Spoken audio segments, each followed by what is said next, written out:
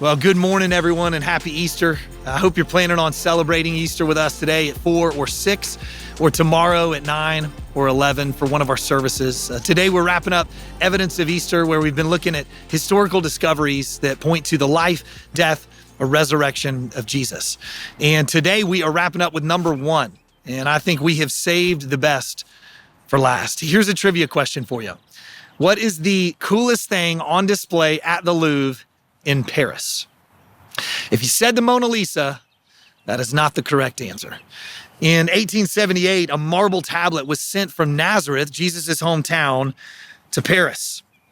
And they used several different methods, but the way they dated this, it looked like it was from sometime in the middle of the 1st century. And then using some other historical data, they were able to narrow it down to probably between 44 and 54 AD, during the reign of Emperor Claudius, about 10 to 15 years after the death and resurrection of Jesus.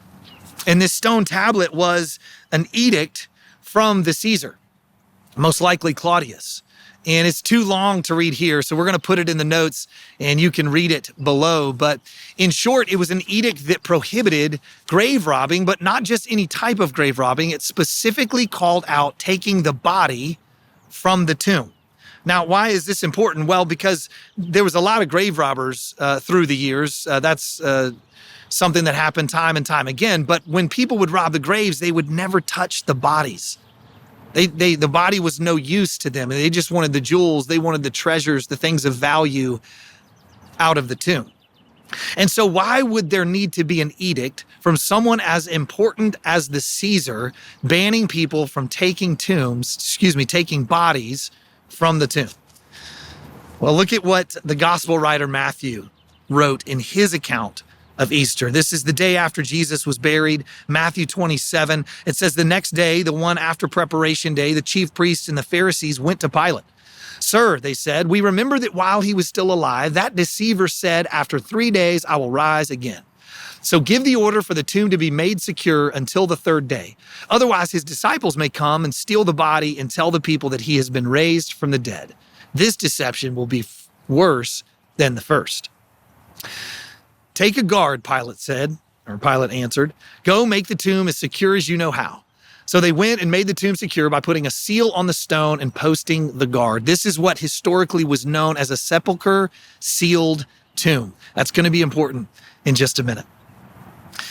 So a few verses later, Easter morning happens. The women go to the tomb. There is no body there. They're walking back. Matthew 28, verse 11, it says, while the women were on their way, meaning on their way back from the tomb, some of the guards went into the city, the guards that were at the tomb, guarding the tomb, the guards that knew what happened. Some of the guards went into the city and reported to the chief priests everything that had happened. When the chief priests had met with the elders and devised a plan, they gave the soldiers a large sum of money, telling them, you are to say his disciples came during the night and stole him away while we were asleep.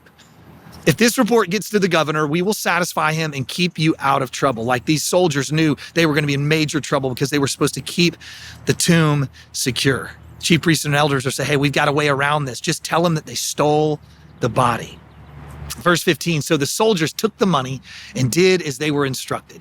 And this story, the story that Jesus' body was stolen from the tomb, has been widely circulated among the Jews to this very day, meaning the day that Matthew was writing this, which was probably 10, 20 years after the death and resurrection of Jesus. And so Matthew tells us of a rumor that was widely circulated in Judea and Galilee about Jesus' body being stolen from a tomb. And we know from historical sources that the Christian movement had already made its way to Rome by this point in pretty significant numbers during Claudius's reign. We also know that Christians were not highly regarded by the emperors. They thought that it was some sort of superstition that these people were following. And again, more and more people were following this superstition. And then we have the Nazareth inscription, an edict from Caesar written to Jews specifically banning bodies being taken from tombs. And not just any tombs. This is fascinating. Don't miss this. In the edict that you can read again below in the notes, he specifically calls out sepulcher-sealed tombs, just like the one that Jesus was placed in. So how does all this data line up? How does all this historical evidence line up? Well, it again points to the fact that the most plausible explanation is that the gospel writers were reliably reporting actual events. So our evidence of Easter today is truly that. It is evidence of Easter. The Nazareth inscription points to the body not being stolen, but to Jesus's resurrection. Death does not have the final say. Jesus is alive. And because of that, you and I have hope in him.